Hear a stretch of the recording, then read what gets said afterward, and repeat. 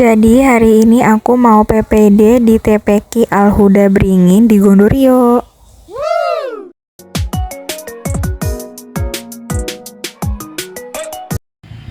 Aku juga udah siapin beberapa hadiah buat adik-adik yang bisa jawab pertanyaanku. Sebelumnya juga kita memperkenalkan diri masing-masing kepada adik-adik, karena ada pepatah mengatakan tak kenal maka tak sayang.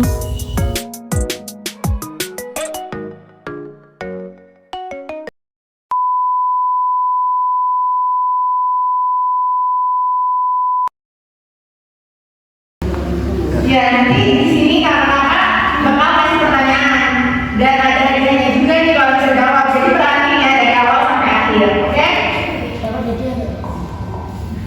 Kurang bawah.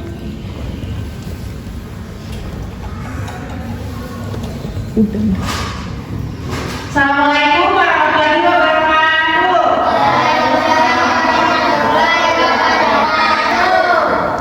Nah, tadi kakak udah perkenalan ya. Nama kakak itu Kak Naila. Di sini kakak perwakilan dari teman-teman kakak yang berpada di sana.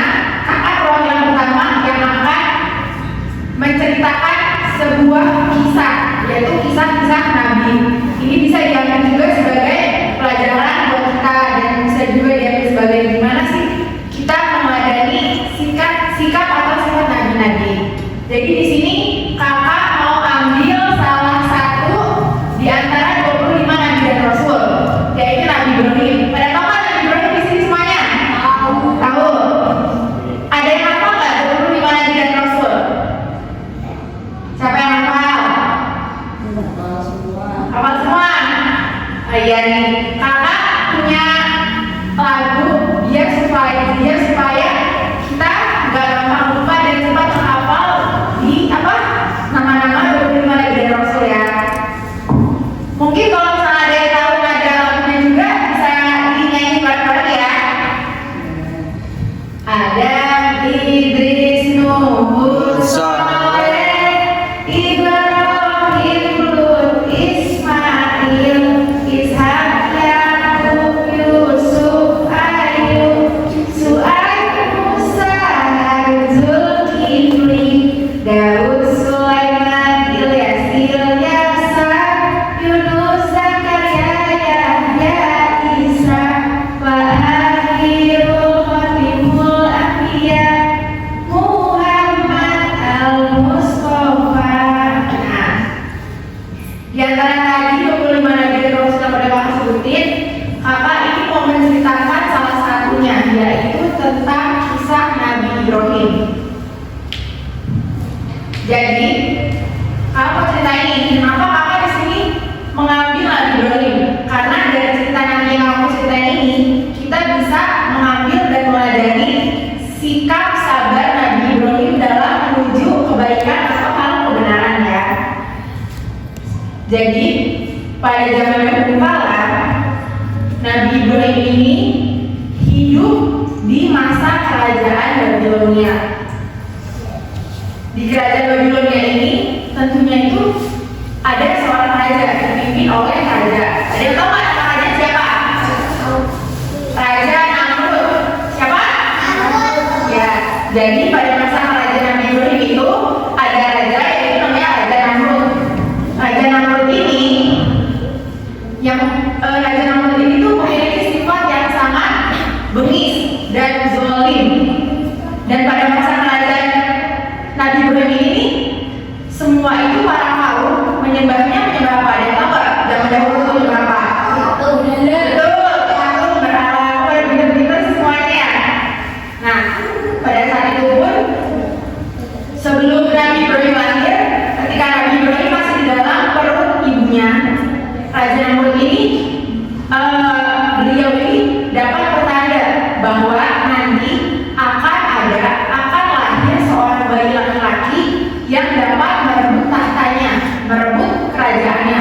Nah, dari situ pun Raja Namrud tuh khawatir dan ketakutan, takut karena bangkunya kerajaannya ini diambil oleh orang lain.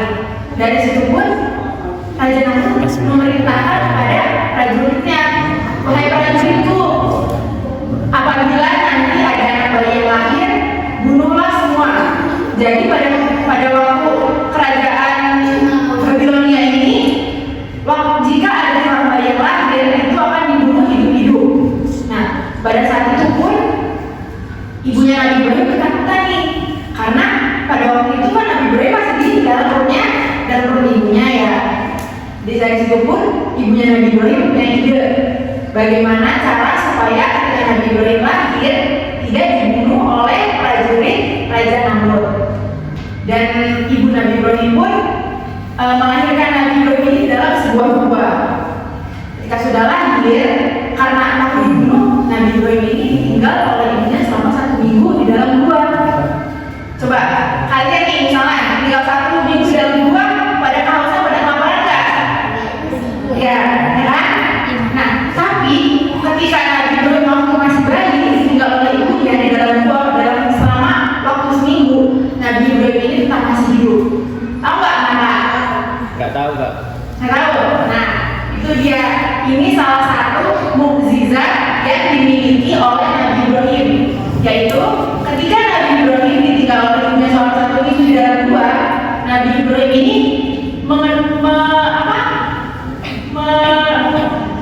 mengingat dari jemarinya. Tahu nggak kenapa? Karena di dalam jemari-jemarinya itu keluar susu. Itu salah satu mukjizatnya. Keren nggak? Nah, itu karena kuasa Allah Subhanahu wa Ta'ala. Itu ya, itu salah satu mukjizat Nabi Ibrahim, yaitu dapat mengeluarkan susu dari jemari-jemarinya ketika masih bayi. Nah, ketika Nabi Ibrahim ini sudah beranjak dewasa, walaupun di antara semua kaum yang ada di kerajaan Babilonia ini menyembah berhala, hanya seorang Nabi Ibrahim yang menyembah Allah Subhanahu wa Ta'ala, yang sudah meyakini bahwa Tuhan yang sebenarnya itu adalah Allah Subhanahu wa Ta'ala.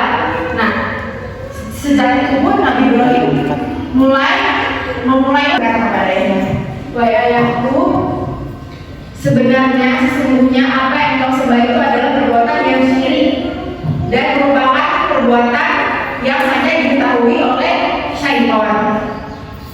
Nabi Ibrahim berkata, Tuhan yang sebenarnya itu adalah Allah Subhanahu wa Ta'ala, bukanlah berhala.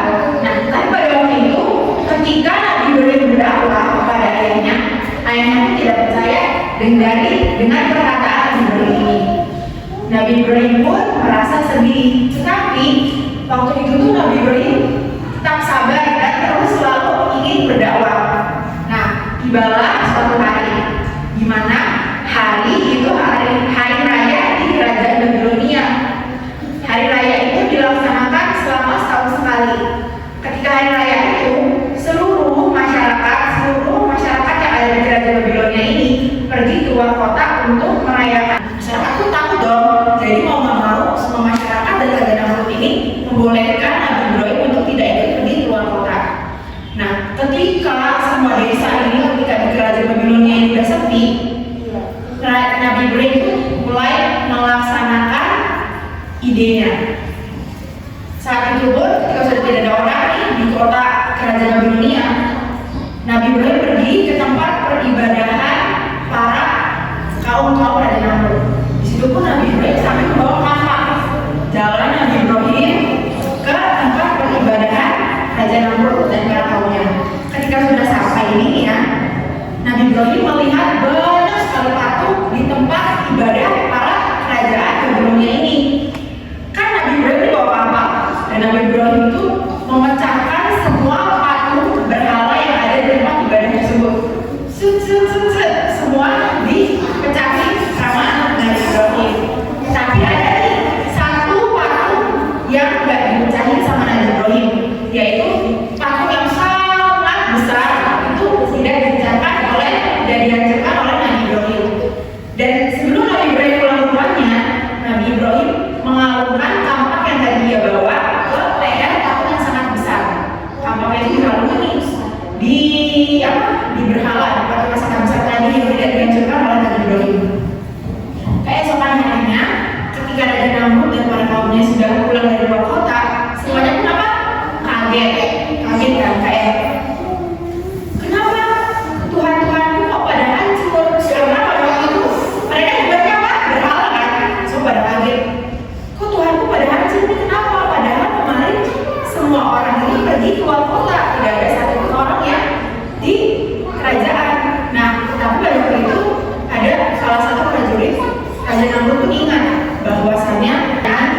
tadi yang sudah dijawab oleh Nabi Ibrahim. Nah, Raja Namrud berkata seperti ini, wahai Ibrahim, kamu kan tahu bahwasannya patung itu tidak dapat berbicara.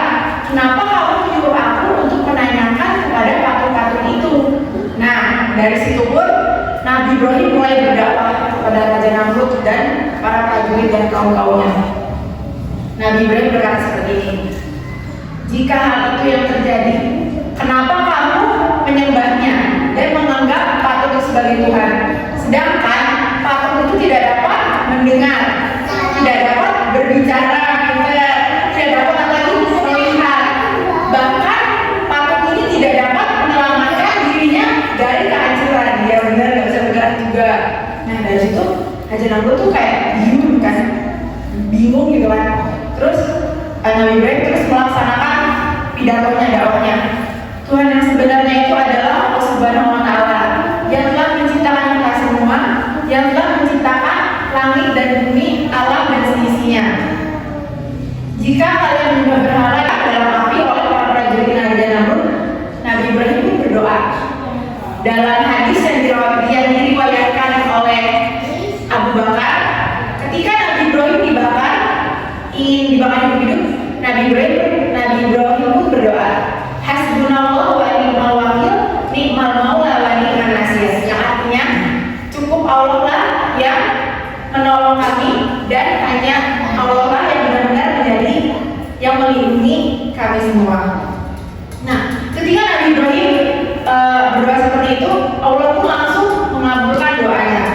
Kemudian Allah berfirman dalam surat Quran surat Al-Anbiya ayat 69 yang berbunyi,